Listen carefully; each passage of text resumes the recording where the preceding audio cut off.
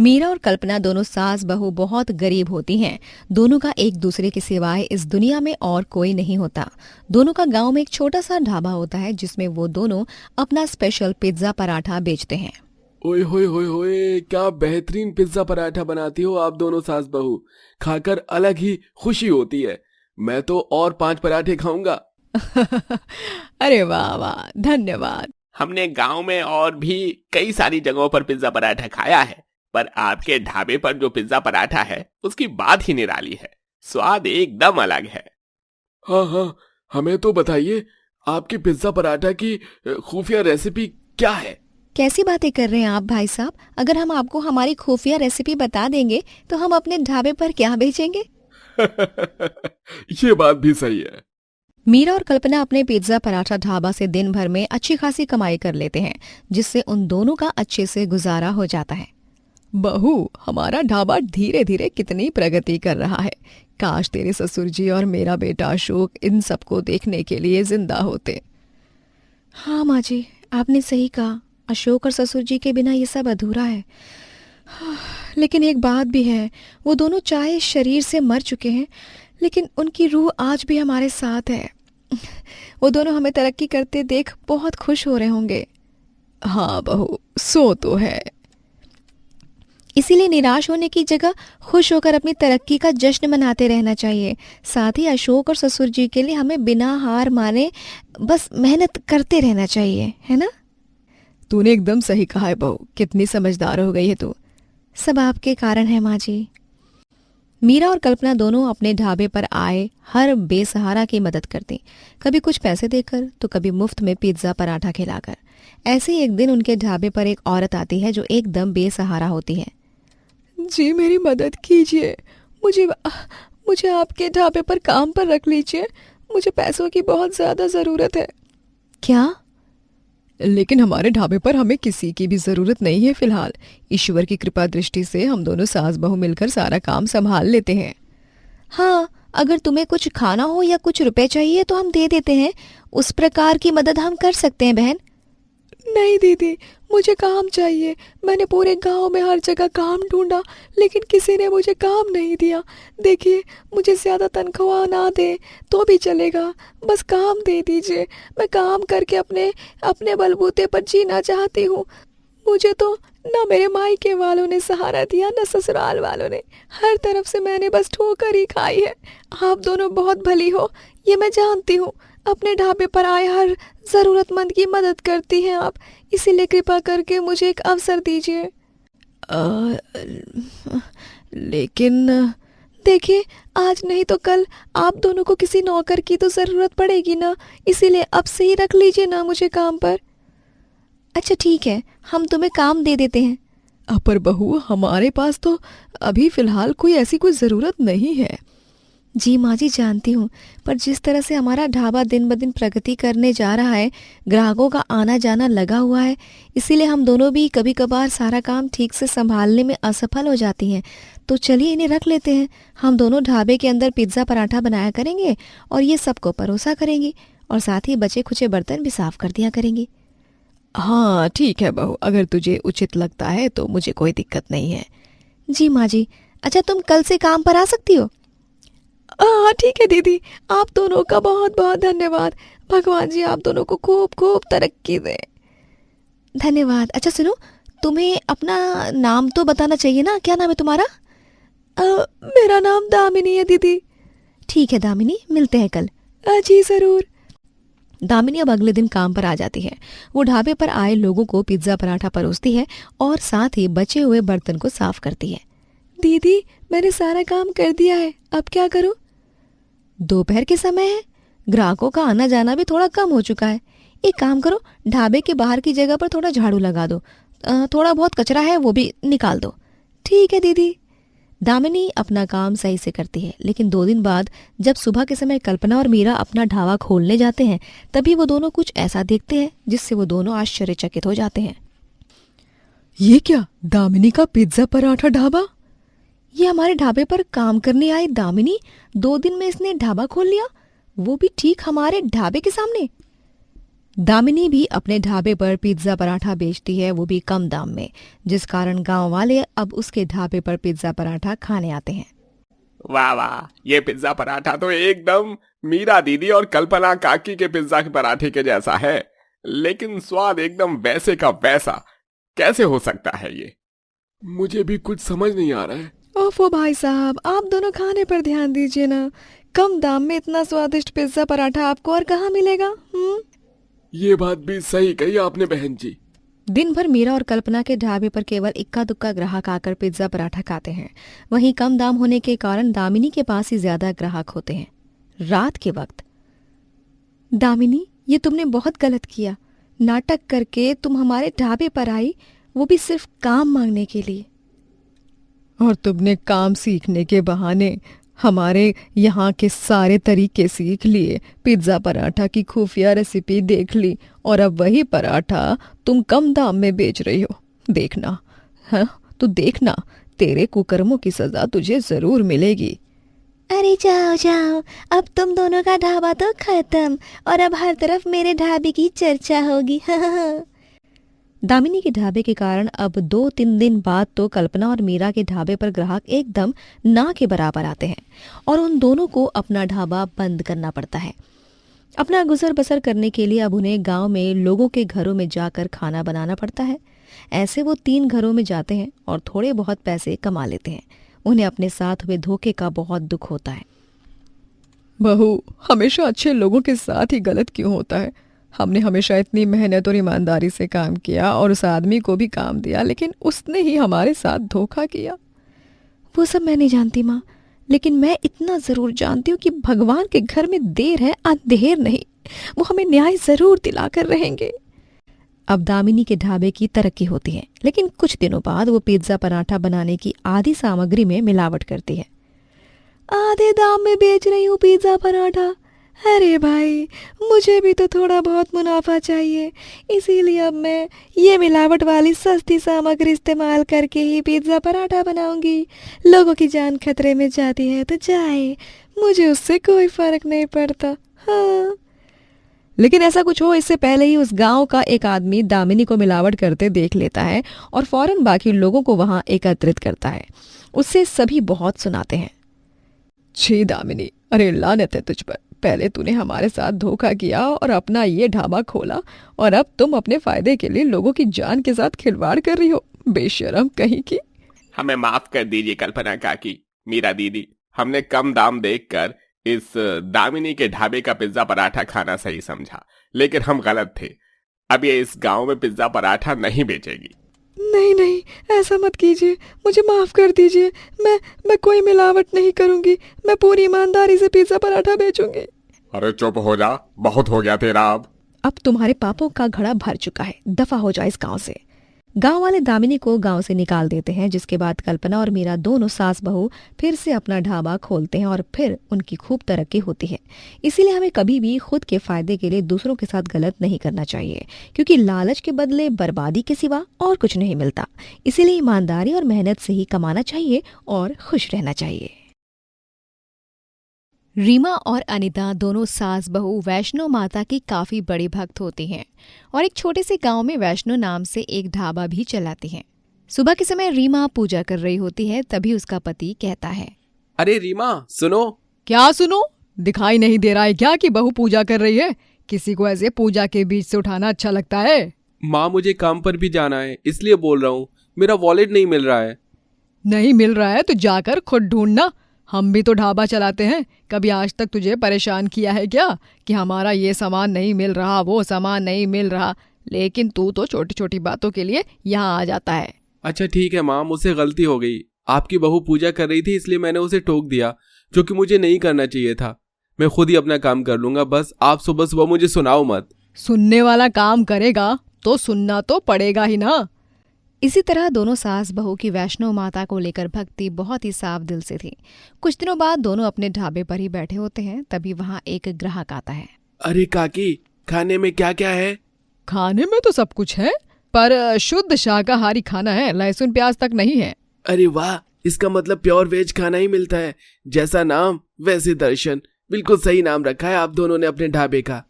और नहीं तो क्या, हम सब पर वैष्णो माँ की इतनी कृपा है, तभी तो सब कुछ इतना अच्छा चल रहा है। अच्छा भाई साहब, आप बता दीजिए कि आपको क्या खाना है।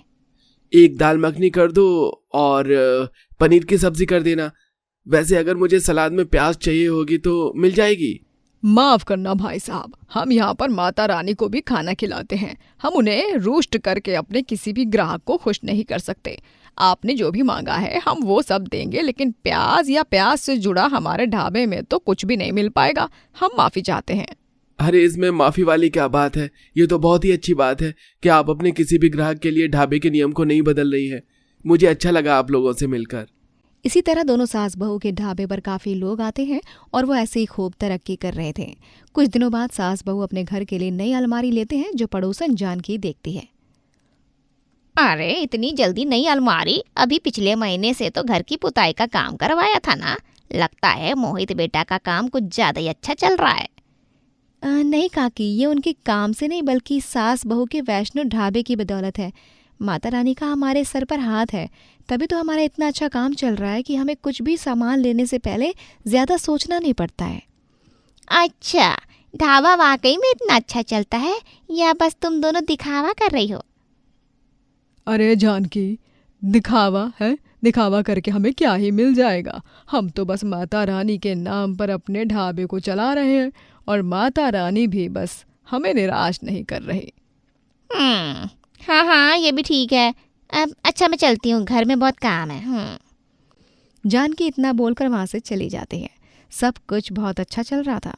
कुछ दिनों बाद रीमा ग्राहक को खाना परोसती है, जिसे खाकर ग्राहक काफी गुस्सा करने लगता है। अरे ये कोई खाना है, हैं? अरे पैसों में खाना खिला रहे हो, कोई मुफ्त में नहीं जो कुछ भी खाने को दे रहे हो। अरे क्या हुआ भाई साहब, आप इतना गुस्सा क्यों कर रहे हैं? हमसे कोई गलती हो गई है क्या? अरे इतना फीका खाना और ये कोई दाल है? इसमें तो बस पानी ही पानी भरा है। समझ नहीं आ रहा कि ये खाने के लिए बनी है या हाथ धोने के लिए। अरे बहू, ये क्या हो रहा है? एक ही हफ्ते में तीसरी बार हमारे ढाबे की कोई शिकायत कर रहा है। तुम लोग ऐसे ही लालची होते हो। माता वैष्णो के नाम का ढाबा खोल लिया, लेकिन काम इतने छोटे। अरे माता के नाम से काम कर रहे हो, कम से कम काम में ईमानदारी तो दिखा ही सकते हो, हैं? इतना बेकार खाना, मैं इसकी एक फूटी कौड़ी नहीं देने वाला। ऐसे ही गुजरते दिन के साथ अब हर कोई उनके ढाबे की बुराई करने लगता है। अरे दाल रोटी मिलेगी क्या? हाँ बिल्कुल मिलेगी। ठीक है, 4 रोटी और दाल पैक कर देना, लेकिन मैं बस 20 रुपए ही दूंगी। क्या बस 20 रुपए? लेकिन दाल रोटी तो 50 की है, आप इतने कम पैसे क्यों दे रही हैं? अरे पानी वाली दाल के कोई 50 रुपए देगा क्या? और रोटी भी कुछ खास नहीं होती है। ऐसे खाने के तो 20 भी बहुत ज्यादा दे रही हूँ मैं। ठीक है बहन जी, आपको जितने ठीक लगे आप उतने ही दे दीजिएगा। साथ में मटर पनीर की सब्जी भी दे देना। वैसे भी नाम की ही मटर पनीर की सब्जी होगी। कंजूस सास बहू का ढाबा है, अब ज्यादा दिन तो चल पाएगा नहीं। हम कोई कंजूसी नहीं करते हैं। हम पहले जैसे खाना बनाते थे अब भी वैसे ही बनाते हैं। हाँ, लोग तो पागल है ना जो बिना किसी बात के इतनी बुराई कर रहे हैं। अरे तुम दोनों सास बहू कंजूसी करना छोड़ दो। लोगों के इतने ताने सुनकर दोनों सास बहू को बहुत बुरा लगता है। माँ जी, हमने ऐसा क्या किया कि लोग हमारे ढाबे के खाने की इतनी बुराई कर रहे हैं? अब तो एक हफ्ता हो जाता है, मुश्किल से 1-2 ग्राहक ही आते हैं। बहू, ये तो मुझे भी समझ नहीं आ रहा है कि हमसे कहाँ गलती हो गई है। अब तो वैष्णो माँ ही हमारे ढाबे का कुछ कर सकती हैं। हमें अब उन पर ही विश्वास रखना चाहिए। इतनी शर्मिंदगी झेलने के बाद भी दोनों सास बहू अब भी ढाबा खोल रही थी। ऐसे ही कई दिन निकल जाते हैं।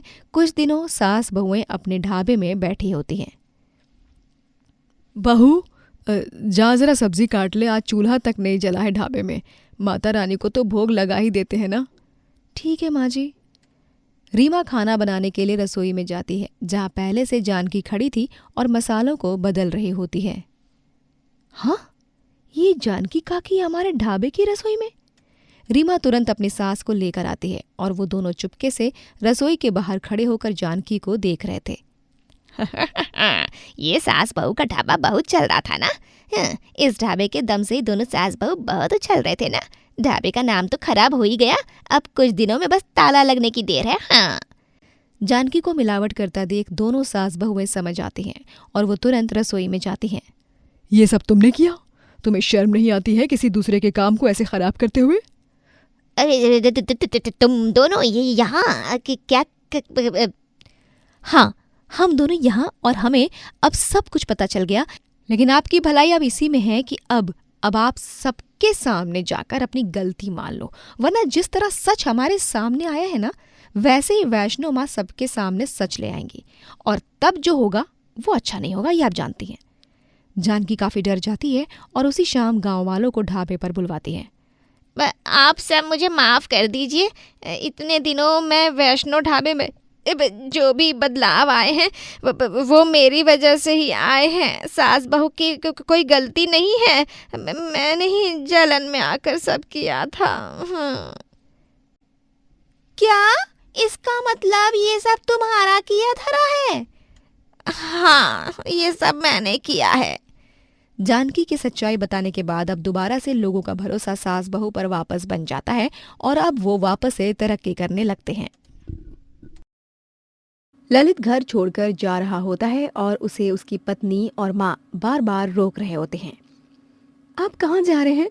अरे हमारे बारे में भी तो सोचिए ना, अगर आप ऐसे चले जाएंगे तो हमारा क्या होगा? मुझे अब अपने बारे में सोचना है। मैं तुम लोगों के साथ और नहीं रह सकता। वैसे भी मेरी पसंद से शादी नहीं हुई थी मेरी, जो मैं तुम लोगों के बारे में सोचूं। इसीलिए मैं अब और यहाँ नहीं रहने वाला। माँ जी, आप इन्हें कुछ बोलिए ना, ये तो कुछ भी कहे जा रहे हैं, कुछ सुनना ही नहीं चाहते। ललित, तू क्यों ऐसे कर रहा है? अरे अगर मैं तेरी ज़बरदस्ती शादी भी करवा दे तो तेरी शादी तो हो चुकी है ना। तुझे अब अपने परिवार के बारे में सोचना चाहिए, तो क्यों ऐसा कर रहा है? प्लीज़ माँ, मैं बस अपने बारे में सोच सकता हूँ, अपने परिवार के बारे में नहीं, जो कि आपने ज़बरदस्ती बनाया है।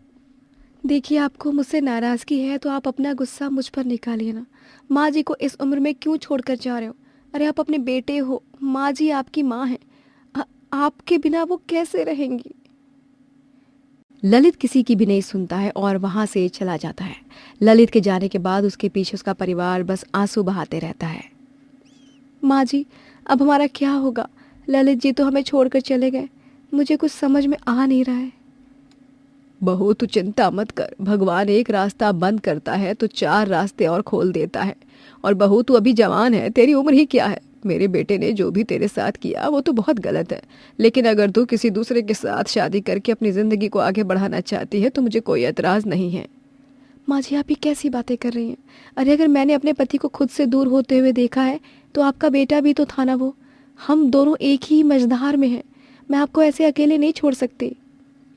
छाया अपनी सास के साथ जैसे तैसे नई जिंदगी की शुरुआत कर रही होती है। कुछ दिनों बाद छाया की पड़ोसन झुमरी मटकते हुए आती है। आए हो दैया, तुम सास बहुरिया क्या कर रहे हो? झुमरी बहन, आप यहाँ कुछ काम था क्या ज़रूरी? जरूरी थोड़े ना है कि कोई काम हो तभी आए। हम तो ऐसे ही आ गए। वैसे ये बताओ, तुम्हारा घर बार कैसे चलाते हो तुम? पति नहीं है घर में, कमाने वाला कोई है नहीं, फिर कैसे चलता है? कहीं झुमरी इतना बोलकर वहाँ से चली जाती है। घर के हालात बिगड़ते रहते हैं, जिस वजह से दोनों सास बहू काफ़ी परेशान हो जाते हैं। माँ जी, घर के हालात सुधरने का नाम नहीं ले रहे।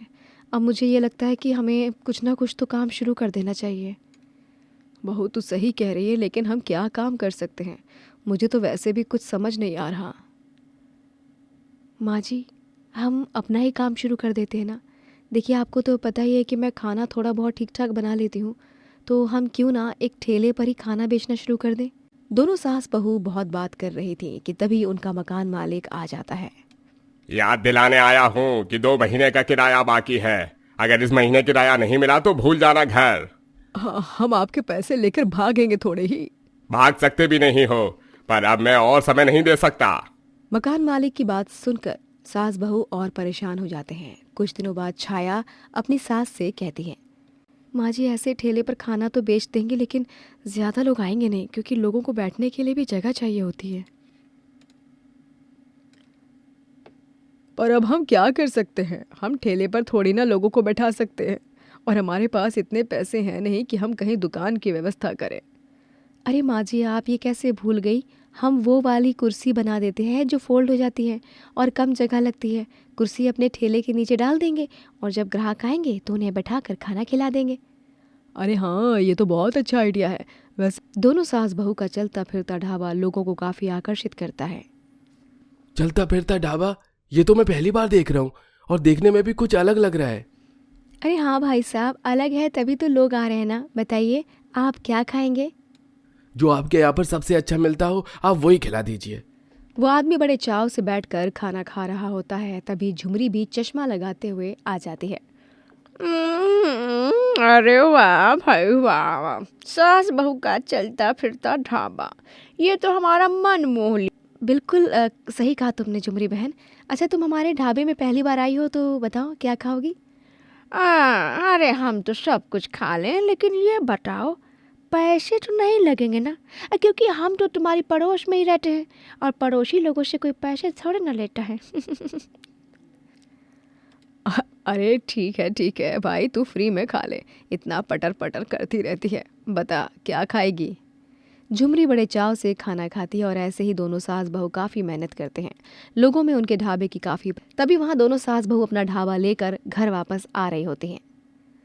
अरे शोभा, तुम्हारे चलते फिरते ढाबे के बारे में तो खूब प्रशंसा सुन रही हूँ। ये तो बस भगवान की कृपा है, वरना जिस तरह हमारे सर पर मुसीबत आई थी ना, मुझे तो लग ही नहीं रहा था कि हम कभी वापस खड़े हो पाएंगे। ये तो तुम दोनों सास बहू की हिम्मत है, वरना ऐसी स्थिति में तो हर कोई अपने आप ही तबाह हो जाता है और अपने हाथ खड़े कर देता है। काकी हिम्मत हारने वाले का तो सवाल ही नहीं था। इतनी कठिनाइयाँ जो थी। दोनों सास बहू भी घर आ जाते हैं और 1 महीने की पूरी कमाई को जोड़ती हैं। शोभा की आंखों में आंसू आ जाते हैं। बहू, ये हमारी 1 महीने की कमाई है, वो भी बस तेरी वजह से संभव हो पाई है। अब आप रो मत, बहुत ही मुश्किलों के बाद हमारे अच्छे दिन आए हैं। मैं भी जानती हूँ कि हम कितनी मुश्किलों से यहाँ पर आए हैं, लेकिन अब सब ठीक होगा। चलता फिरता ढाबा तो लोगों को पसंद आ ही रहा है, तो अब हम अपने कदम पीछे नहीं हटाएंगे। इसी तरह दोनों सास बहू बहुत मेहनत करती हैं और चलता फिरता ढाबे वाली के नाम से मशहूर हो जाती हैं। चारू एक अनाथ लड़की होती है जो एक छोटे से गांव में अपने चाचा चाची के साथ रहती है। एक सुबह चारू काफी देर से उठती है तो चारू की चाची को काफी गुस्सा आता है। कहो, मुफ्त का घर बार मिल गया तो पलंग ही तोड़ी रहोगी तुम, हैं? कछु काम धंधा नहीं करना का? नहीं चाची, ऐसन बात नहीं है। वो का है ना, कल रात घर का काम करने के बाद शरीर बहुत टूट रहा था, इसीलिए सुबह ना आँख नहीं खुली। आँख नहीं खुली? ये कौन बात होत है, हैं? अरे ऐसन कैसन आँख नहीं खुली? जब तो का पता है कि सुबह सुबह हमका गर्म पानी चाहिए तो आँख कैसे ना खुली? जाओ हमरे लिए अभी के अभी गर्म पानी लेकर आओ। जी चाची, मैं अभी लेकर आती हूँ चाची। काम की ना काज की, दुश्मन अनाज की। तू तो बस हमारी छाती पर मूंग दल रही है। तुम्हारी माँ पता नहीं किसके भरोसे तो का छोड़ गई। चाची, आप हमारी माँ को काहे बीच में ला रही हो? अरे वो तो ये दुनिया में भी नहीं है। हाँ, ये दुनिया में भी नहीं है, ऊपर आराम से है ना। जब से हमारे घर में आई है बस खर्चा ही करवाया है। अरे आज तक कबो चाची के बारे में सोचा है? चाची, आप ऐसे कैसे कह रही हो? अरे हम तो आप दोनों के बारे में ही सोचे थे। आप दोनों ही जो हो जिन्होंने हमें पाल पोस कर बड़ा किया है। और कौन है? और फिर भी हमको ही ठेंगा मिला। चल जा यहाँ से, पानी लेकर आ। सुनीता ऐसे ही अक्सर चारू को काफी कोसती रहती है, उसे ही घर के सभी काम करवाती है। ऐसे ही काफी ज्यादा धूप और गर्मी का मौसम भी था। घर में भी सबको पसीने आ रहे होते हैं। सुनीता गुस्से में चारू के पास जाती है। ये का है? अब तक खाना काहे नहीं बना है, हैं? चाची जी, गैस खत्म हो गई है और गांव में सिलेंडर आने में काफी समय लगता है, लेकिन जैसे सिलेंडर आता है हम खाना बना देंगे तुरंत, वो भी आपकी पसंद का। अच्छा जी, तो तुम्हारा मतलब ही है कि जब तक सिलेंडर ना ही आएगा तब तक हम भूखे पेट रहिबे? चाची, अब आप ही बताइए, हम क्या कर सकते हैं? सिलेंडर ना ही है तो अब कैसे खाना बनिए? अरे सिलेंडर ही नहीं है ना, ये वो कौन सी बड़ी बात हो गई है? तुम्हारे हाथ पैर तो सही सलामत है ना? अरे बाहर आंगन में चूल्हा है तो वहां जाकर खाना बनाओ। क्या बाहर इतनी धूप में? चाची, ये आप क्या कह रही हो? अरे हम बाहर इतनी धूप में कैसन खाना बना सकते हैं? थोड़ा तो हमारे बारे में भी सोचिए ना। आंगन में सीधा धूप आती है तो क्या हुआ? तुम कोई मोमबत्ती हो जो पिघल जाओगी? हैं? यहाँ हम भूख रहे हैं, हम भूखों मर रहे हैं और तुमको वो बर्दाश्त हो रहा है, लेकिन बाहर धूप में खाना बनाना नहीं है तुमका। अरे जाओ जल्दी से हमरे लिए खाना बनाओ, हमका कुछ हो नहीं पता। चाची तुमको हमारी बात समझ नहीं आएगा? बताओ, अब की बार और अच्छे से समझा देंगे ताकि कुछ समझने लायक बचोगी ही नहीं। चारू कड़ी धूप में चूल्हे पर खाना बनाने लगती है। हे प्रभु, तनिक धूप को हमरे कपार से हटा दो। इतनी तेज धूप लग रही है, पसीने से तीसरी बार नहा लिया हमने। तनिक हमरे बारे में भी तो सोचो ना, काहे हमार कपार और कलेजा जला रहे हो।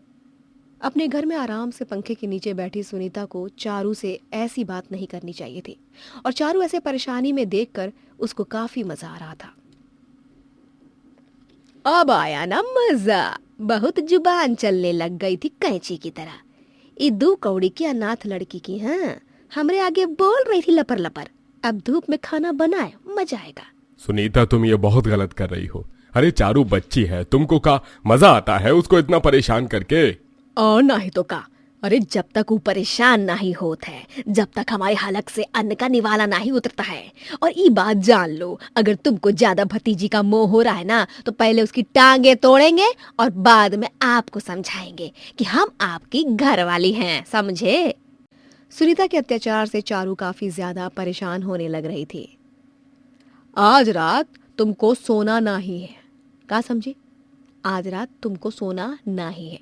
आज तुम सारे गेहूं साफ करोगी। हमरे कपार पर चढ़ने लगी थी ना, चलो अब काम पर लग जाओ। सुनीता की बात सुनकर चारू को काफी दुख होता है। अब बस बहुत हो गया हमारी चाची का, हमारी चुप्पी का वो बहुत फायदा उठा रही हैं। अब हम ये सब और बर्दाश्त नहीं कर सके थे। रात के समय सब लोग सो रहे होते हैं और चारू घर से भाग जाती है और एक ढाबे में नौकरी करने लग जाती है। अरे वाह, तुम तो बहुत ही अच्छा खाना बनाती हो। हमारे ग्राहक को तुम्हारे हाथ का खाना बहुत अच्छा लग रहा है। धन्यवाद मालिक, हमको बहुत अच्छा लगा कि ग्राहक को हमारा बनाया हुआ खाना पसंद आ रहा है। अच्छा मालिक, 1 महीने से ऊपर हो गया है, अब तक आपने हमारी तनख्वाह नहीं दी। अरे थोड़ी तारीफ क्या कर दी हमने तुम्हारी, तुम तो हमरे ही सिर पर चढ़ने लग गई। काम करो, तनख्वाह जब मिलनी होगी मिल जाएगी। काफी समय निकल जाता है और अब तक अजीत ने चारू के पैसे नहीं दिए होते हैं। मालिक, अब आपका बहुत हो रहा है। अरे आपका हमसे ऐसे ही मुफ्त में खाना बनवाते रहोगे? हमको हमारी तनख्वाह दे दीजिए। हमने तुमको अपने ढाबे में काम दिया, 2 वक्त की रोटी दी, रात में सोने की जगह दी, और अब तुम हमरे आगे मुंह खोल रही हो कि तनख्वाह भी चाहिए। अरे किस बात की तनख्वाह? मालिक, हमारी शुरू में ही बात हो गई थी। हमने कहा था ना कि तनख्वाह कम दे दीजिएगा, लेकिन हमको रहने की जगह और 2 वक्त का खाना दे दीजिएगा, और आपने भी हाँ किया था ना, तो अब काहे मना कर रहे हैं? देखिए, हम पहले ही बहुत मुसीबत में हैं, आप हमारे साथ ऐसा मत कीजिए। तुमको किस बात का इतना घमंड है? अरे खाना ही अच्छा बनाती हो, तुम्हारे जैसे और 4 बावर्ची मिल जाएंगे। एक तो तुम्हें हताश परेशान सोचकर हमने तुम्हारी मदद की, और अब तुम ही हमरे आगे ऊंची आवाज में बात कर रही हो। जाओ, कोई तनख्वाह नहीं मिलेगी अब, और अब तुम यहाँ काम भी नहीं करोगी। नहीं नहीं मालिक, ऐसा मत कीजिए। अरे आप हमको काम से निकाल दोगे तो हम कहाँ जाएंगे? मालिक, हम तो बस अपनी मेहनत की कमाई मांग रहे हैं ना। किस बात की मेहनत? अरे ढाबा हमरा यहाँ, काम हमने दिया, रहने की जगह हमने दी, खाना दिया, और हमसे ही अकड़। निकलो यहाँ से। अजीत चारू को ढाबे से निकालने लगता है। तभी वहाँ रोहन नाम का लड़का आता है। ये सब क्या हो रहा है? आप तो यहाँ हर रोज खाना खाने आते हैं ना? हम इतनी मेहनत से खाना बनाते हैं, सब कुछ करते हैं, साफ सफाई भी हम ही करते हैं ढाबे की, लेकिन मालिक है कि अब तनख्वाह देने से मना कर रहे हैं। झूठ काहे बोल रही हो तुम? अरे जब तनख्वाह देने की बात की नहीं हुई तो किस बात की तनख्वाह? आप तो रहने ही दीजिए, और देखिए यहाँ चारू जी ने काम किया है, हमारे अलावा और भी बहुत लोग जानते हैं। अभी थानेदार को बुलाएंगे तो ढाबे पर ताला लग जाएगा। भलाई इसमें ही है कि चारू जी की तनख्वाह दे दीजिए। पुलिस के डर से अजीत चारू को पैसे दे देता है, जिसके बाद रोहन चारू को अपने घर ले जाता है। चारू जी, हम बस उस ढाबे में आपके लिए ही जाते थे। हमको आप शुरू से ही बहुत पसंद थी। आप हमसे शादी करना चाहती हैं? एक का कह रहे हो आप? हम बिल्कुल सच कह रहे हैं। हमने आपको बहुत पसंद करते हैं, शादी भी करना चाहते हैं। क्या आप हमसे शादी करोगी?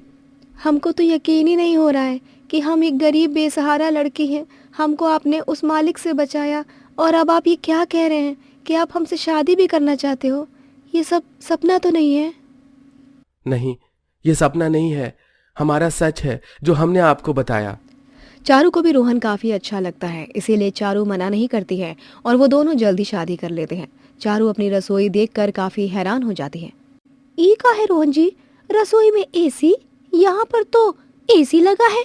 हाँ, क्योंकि हमने तुमको उस ढाबे में गर्मी में पसीने से लथपथ होकर काम करते हुए देखा है, इसलिए हमने सोच लिया था कि आपका रसोई कोई आम नहीं होगी, इसलिए हमने रसोई में एसी लगवा दिया। आपका बहुत धन्यवाद रोहन जी, हमको एसी रसोई बहुत अच्छी लगी। हम अभी आपके लिए स्वादिष्ट खाना बनाकर लाते हैं। चारू अपनी एसी रसोई देखकर काफी खुश हो जाती है और अपनी आगे की जिंदगी अपने पति के साथ खुशी खुशी बिताती है। सोनपुर गांव एक बहुत ही छोटा गांव था, जहां बस एक ही ढाबा था और वहां रामू नाम का आदमी खाना बनाता था। रामू के हाथ का खाना पूरे गांव में ही मशहूर था, क्योंकि रामू खाने के साथ साथ लोगों को स्वाद भी देता था। उसके हाथ में जादू जो था। ऐसे ही एक दिन अच्छी कमाई से खुश होकर रामू अपने भाई सोहन से बोलता है, इस बार तो काफी अच्छी कमाई हुई है। अगर ऐसे ही अच्छी कमाई होती रहेगी तो जल्द ही हम अपना घर भी बना लेंगे। बस भगवान अपनी कृपा बनाए रखे। बिल्कुल सही कहा, इस बार काफी अच्छी कमाई तो हुई है, काफी पैसे बच गए हैं। अब बस ये मुश्किलों वाले महीने निकल जाएं, गर्मियां शुरू हो गई हैं। अब तक भगवान ने सब अच्छा किया है, आगे भी जरूर भगवान सब कुछ अच्छा ही करेंगे। चिंता मत करो, हमें बस अपनी मेहनत करनी है, बाकी सब भगवान है वही देखने के लिए। सोहन और रामू अब तक की हुई कमाई से बहुत खुश थे। ऐसे ही दिन निकल रहे थे और गर्मियां काफी ज्यादा बढ़ती जा रही थी। गर्मी से काफी ज्यादा परेशान दोनों भाई थे, क्योंकि गर्मियों की वजह से अब उनके ढाबे पर ज्यादा कोई आता नहीं था खाने के लिए और उनकी कमाई नहीं हो पा रही थी। एक रात दोनों ढाबे से काम करके घर जाते हैं। सोहन पानी पीने जाता है तो मटका खाली मटका देखकर सोहन अपने भाई से कहता है, अरे मटका तो खाली है। रामू, तुम मकान मालिक को बोलकर नहीं गए थे क्या कि मटके को भर देना? अब हम पानी क्या पिएंगे? अरे मुझे अच्छे से याद है, मैंने मकान मालिक को बोला था कि वो हमारे मटकों में पानी भर दे। अब तक तो वैसे भी बिना बोले ही मटके में पानी भर देते थे, फिर आज क्यों उन्होंने हमारे मटके को पानी से नहीं भरा? ये तो गलत है ना। अरे पानी तो सबके लिए ही जरूरी होता है, पानी नहीं है तो हम क्या पिएंगे? चलो एक बार हम मकान मालिक से बात करते हैं इस बारे में। सोहन और रामू दोनों मकान मालिक से बात करने के लिए जा ही रहे होते हैं कि तभी दरवाजे पर उनका मकान मालिक शंभू खुद ही आ जाता है और उन्हें देखकर बोलता है, अरे लगता है दोनों भाई कहीं जा रहे हैं। शंभू जी, हम बस आपके पास ही आ रहे थे। दरअसल वो हमारे मटके खाली हैं, इनमें पानी नहीं भरा क्या आपने? क्या? हाँ, ये सही कहा तुम दोनों ने। लेकिन क्यों शंभू जी? वो क्या है ना, 2 महीनों का किराया रुका है। अब मुझे तकलीफ हो रही है तो थोड़ी तकलीफ तुम दोनों को भी तो होनी चाहिए। जब तक किराया आ रहा था तब तक मैं खुद ही यहाँ मटकों में पानी भरकर जाता था। अब पैसों के बिना बात कैसे बनेगी? हाँ, लेकिन हमने आपको बताया तो था, गर्मियों की वजह से हमारा काम बिल्कुल भी ठीक नहीं चल रहा है। हमने कभी भी आपके पैसे रोके नहीं हैं। थोड़ा तो समझने की कोशिश करो, हम जैसे ही पैसे मिलेंगे आपको आपके पैसे दे देंगे। बहुत सही, जब मुझे मेरे पैसे मिल जाएंगे तब पानी की बात करना। तुम लोगों को तो पता है कि मेरा एक ही उसूल है, अगर मुझे तकलीफ होती है तो सामने वाले को थोड़ा दुख तो होता ही है ना। शंभू इतना बोलकर वहां से चला जाता है। ढाबा ठीक से नहीं चल रहा था, इसीलिए उन्हें काफी ज्यादा मुसीबतों का सामना करना पड़ रहा था। वक्त के साथ उनके हालात और भी ज्यादा खराब होते जा रहे थे। एक दिन रामू घर पर खाना बनाने जाता है, लेकिन घर का पूरा राशन खत्म हो गया था। रामू खुद से बात करते हुए बोलता है, घर पर तो राशन ही नहीं है, अब क्या? हमारे घर पर चूल्हा भी नहीं जलेगा। हे भगवान, अब और कितनी परीक्षा लोगे आप हमारी? इतनी मुसीबतें क्यों खड़ी कर रहे हो? एक के बाद एक नई मुसीबतें खड़ी हो रही थी, लेकिन कहीं से कोई भी रास्ता नहीं मिल रहा था। एक दिन दोनों हताश निराश भगवान के आगे बैठे होते हैं। सोहन हाथ जोड़कर भगवान से प्रार्थना करते हुए बोलता है, भगवान जी, कोई तो रास्ता निकालो, हमारी डूबती हुई नैया को पार लगाओ। हमारी मदद करो भगवान जी, हमारी मदद करो। दोनों अब बस भगवान का ख्याल रखकर बस मेहनत ही कर रहे थे। कुछ दिनों बाद दोनों भाई के ढाबे में अजय नाम का एक पर्यटक आता है जिसे काफी ज्यादा भूख लगी होती है। रामू उसके लिए बढ़िया सा खाना बनाकर लाता है। अजय वो खाना खाता है और उसे काफी ज्यादा अच्छा लगता है। अजय खाने की तारीफ करते हुए बोलता है, अरे वाह, खाना तो बहुत ही स्वादिष्ट था। इतना स्वाद खाना मैंने आज तक कभी अपनी जिंदगी में नहीं खाया है। भूख लगने पर वैसे तो सब कुछ ही अच्छा लगता है, लेकिन आज जब भूख मिट भी गई तब भी मन नहीं भरा खाने से। हाँ दिल खुश हो गया खाना खाकर तो। अजय उन दोनों से बात करके जा रहा होता है कि तभी पीछे से दो लोग अजय का बैग चोरी करने लगते हैं। सोहन और रामू चोर को देख लेते हैं और तुरंत उन चोर को पकड़कर उनसे बैग छीनते हैं, लेकिन चोर भाग जाता है। अजय को काफी अच्छा लगता है कि उन दोनों ने उसे बचाया और वो उनसे बोलता है, तुम दोनों का बहुत बहुत धन्यवाद। तुम दोनों ने आज उस चोर से बचा लिया, वरना तो वो चोर मेरा बैग लेकर भाग जाता और शायद मुझे भी कोई नुकसान पहुंचा देता। ये कैसी बात कर रहे हैं आप सर जी? ये तो हमारा फर्ज है। आप हमारे यहाँ खाना खाने आए थे, और अगर आप हमारे यहाँ खाना खाने नहीं भी आए होते तो भी आपको बचाना तो हमारा फर्ज है। ऐसे कैसे कोई आपको नुकसान पहुंचा सकता है? जी बिल्कुल, मेरे बड़े भाई सोहन ने बिल्कुल सही कहा। आप हमारे गांव के मेहमान हो, आपको कोई परेशानी ना हो इस बात का ध्यान रखना हमारा फर्ज है। वैसे आप एक बार अपना बैग देख लीजिए, सब ठीक तो है ना? अरे बैग देखने की जरूरत नहीं है। तुम दोनों ने उन चोर के कुछ करने से पहले ही आप दोनों आए थे। मैं आपको धन्यवाद जितना भी करूंगा वो कम ही होगा। मैं बता नहीं सकता कि आप लोगों ने कितनी मदद की है हमारी। अरे आप बार बार धन्यवाद करके हमें छोटा क्यों बना रहे हैं? आपको बचाना हमारा फर्ज था। हम आपके किसी काम आ पाए, इसमें हमें ही खुशी मिली है। अरे आप लोगों ने मुझे बचाया है, मेरे बैग को चोरी होने से बचाया है, इसलिए मैं आपको ये 50,000 रुपए देना चाहता हूँ। जिस तरह आप दोनों ने मेरी मदद की, अगर इन पैसों से मैं आपकी कोई मदद कर पाऊंगा तो मुझे बहुत अच्छा लगेगा। अरे हम ये पैसा कैसे ले सकते हैं? हमने आपकी मदद जरूर की है, लेकिन ये सोचकर नहीं कि इसके बदले आप हमें कुछ दोगे। इसकी जरूरत नहीं है। आपको जरूरत नहीं होगी, लेकिन अगर आप ये पैसे ले लोगे तो मुझे अच्छा लगेगा। आजकल कोई किसी की मदद नहीं करता है, और आप दोनों ने अपने बारे में सोचे बिना मेरी मदद की है।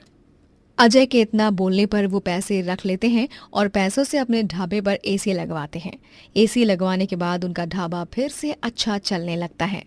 दोनों भाई बहुत खुश होते हैं। सोहन रामू से कहता है, लगता है वो इंसान हमारे लिए कोई दूत बनकर ही आया था। उस अनजान शख्स ने हमारी मदद की और उनकी वजह से आज हमारा ढाबा गर्मियों में भी चल रहा है। हाँ, मुझे भी यही लगता है।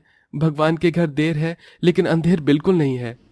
दोनों काफी खुश हो जाते हैं क्योंकि इतनी मेहनत के बाद आखिरकार गरीब का एसी ढाबा बन ही जाता है।